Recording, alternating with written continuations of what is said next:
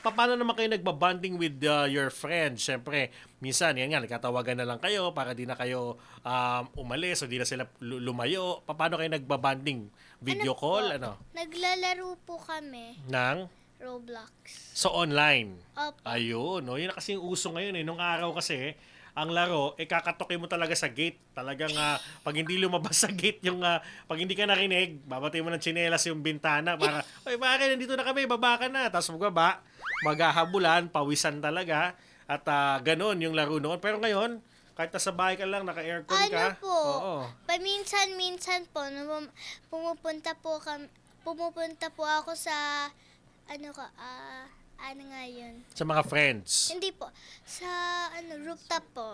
Oh, okay. Pumupunta ka po sa rooftop para mag-roller skate. Wow. So sa roller skate, kwento mo sa amin paano ka natuto nito. Dahil syempre, hindi lahat kaya mag-balance eh, di ba? Tapos ikaw, Ano po? hobby mo pala yan. Paborito ko po talaga mag-ice skating. Ice skating and roller skating po is the same. Yung ginagamit ko po yung straight, yung parang ganun. At yung parang ice skate, yung parang ganun din. So yung roller skate mo, hindi siya yung apat yung gulong na gano'n. So yung blade talaga, parang gano'n. Wow. Oh. Opo. So roller blades, oo, yun ang Opo. meron ka. Mas mahirap gamitin kaysa sa skates na yung tigdalawa, parang gano'n. Opo.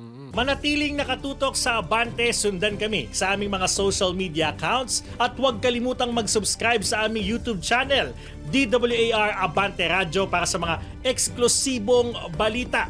Ako po si Jigo Postolero.